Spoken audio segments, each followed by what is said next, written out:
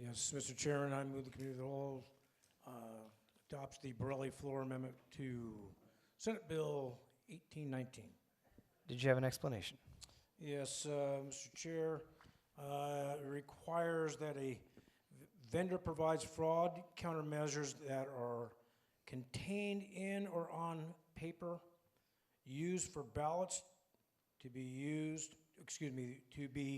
ISO 27001 certified, ISO 17025 certified, or ISO 9001 2015 certified.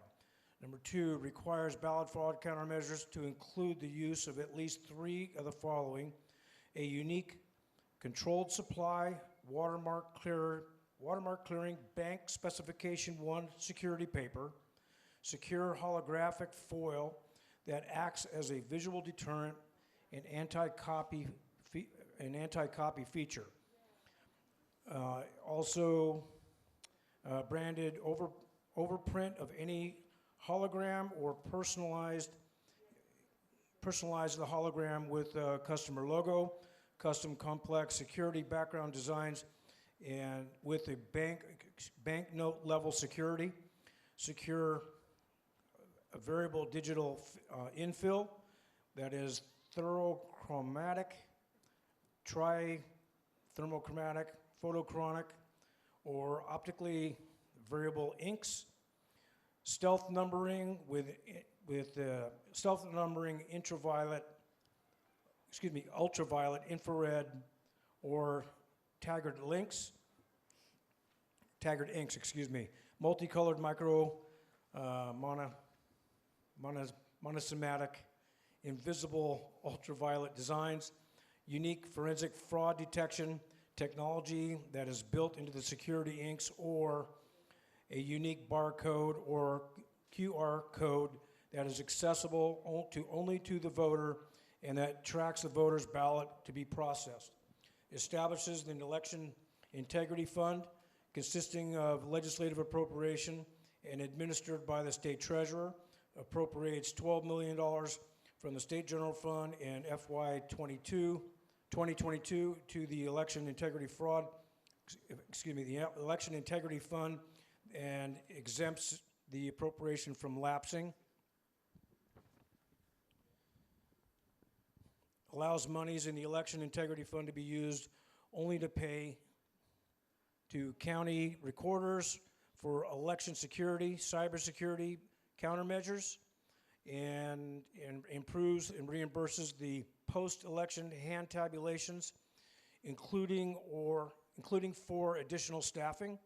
Requires county recorders to apply for the election integrity fund monies, and requires the state treasurer to make payments from the fund if the county applications are reviewed and approved by the state treasurer. Establishes a joint task force on unreported in-kind political contributions, joint task force consisting of designees from the Attorney General's office and the Secretary of State's office. Requires the joint task force to investigate whether and to what extent the business or other practices of social media platforms and internet search engines result in unreported in-kind political contributions to candidates in Arizona that violate Arizona campaign finance laws. Allows the joint task force to take appropriate enforcement action and investigate the following actions as possible: unlawful political contributions, a permanent or temporary cancellation or restrictions on a candidate's access to the social media platform, B, an algorithm biased against one or the other candidate or a political party, and C, an algorithmic promotion of one or more candidates to a political party.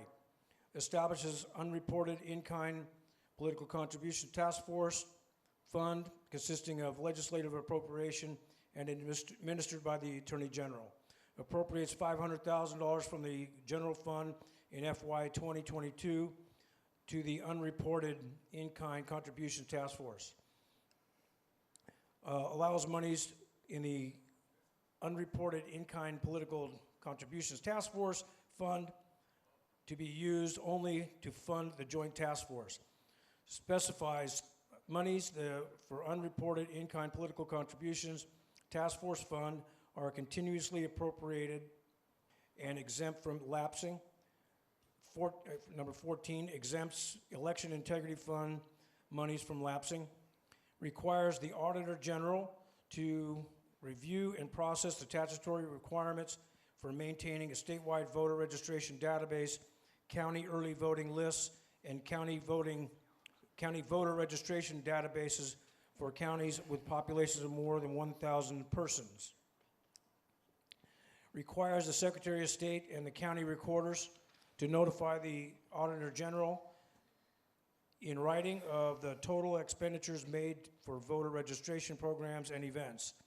Provides a description of the programs and events, including any political party affiliation, and specify their attendance at programs, events, and outreach activities, and whether they are used for third-party data in conducting these programs, events, and activities. Requires the Office of the Auditor General to submit a report of its findings to the legislature by 30 June of each even-numbered year and submit a copy of the report to the Secretary of State.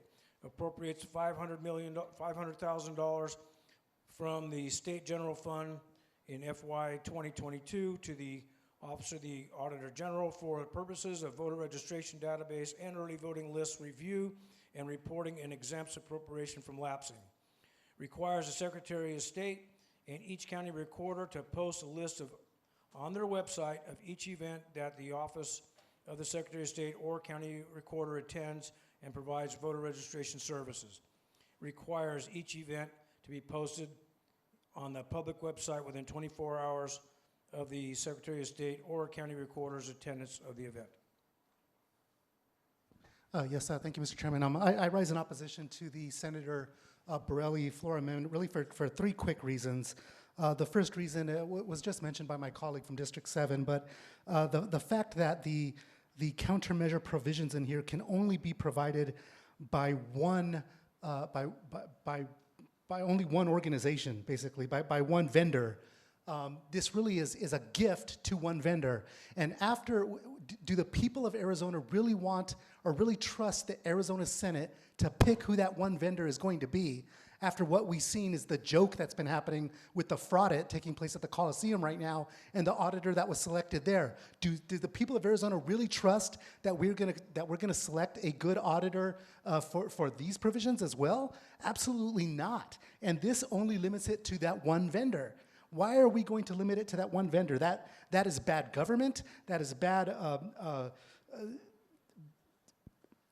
Everything about it is bad. So that's the first reason. The second reason that I'm opposed to this amendment, really, if you look at paragraph 2, F and 2H, I would really love for one of the members of the other caucus to get up and explain to me what thermochromic, trithermochromic, photochromic, or optically variable inks are. If you can tell me what one of those things even is, I might consider voting for this. But we think we all know damn well that you don't know what any of that stuff is. And all it is a perpetuation, again, of a big lie. These are big, scary words trying to scare voters into thinking that something bad is happening with our ballots. There is nothing bad happening with our ballots at all. This is a lie. This is a perpetuation of a lie. So tell me what those things are, or tell me what multicolored, micro-numismatic, invisible, ultraviolet designs are. Tell me what those are, please, one of you. Secondly, lastly, there's a lot of other bad stuff in this amendment, but lastly, requiring the Secretary of State and our county recorders to notify the Office of the Auditor General in writing of the total expenditures made for voter registration programs and events. We heard a bill about this in the government committee earlier this year. There's this big conspiracy theory that our county recorders are out there only registering Democratic voters, which again is a big lie. What they are doing is they're registering anybody who's asking them to register voters. Any organization that asks the county recorders to go out and register voters, they go out and they do it. The fact that the only ones that are asking happen to be more blue-leaning or more communities of color or more underserved communities, that is not a bad thing. So why are we trying to paint it into a picture that it's something bad? If you want the county recorders to go register your voters, ask them to do it. I guarantee you they will go out there, they will register your voters too. But to now subject them to Auditor General audits is frankly ridiculous. And it's painting a picture again that there is something bad happening with our election system. And I want to assure to all Arizona voters, even though it's 10:30 at night on our budget night, there is nothing bad happening with our election system. All of our county recorders, be they Democrat or Republican, are administering fair, transparent, and accurate elections. And none of them are being partisan. None of them are favoring one voter over another. All of them in our elections are legit, and this is just a perpetuation of a big lie. So with that, I oppose the Borrelli floor amendment. Thank you.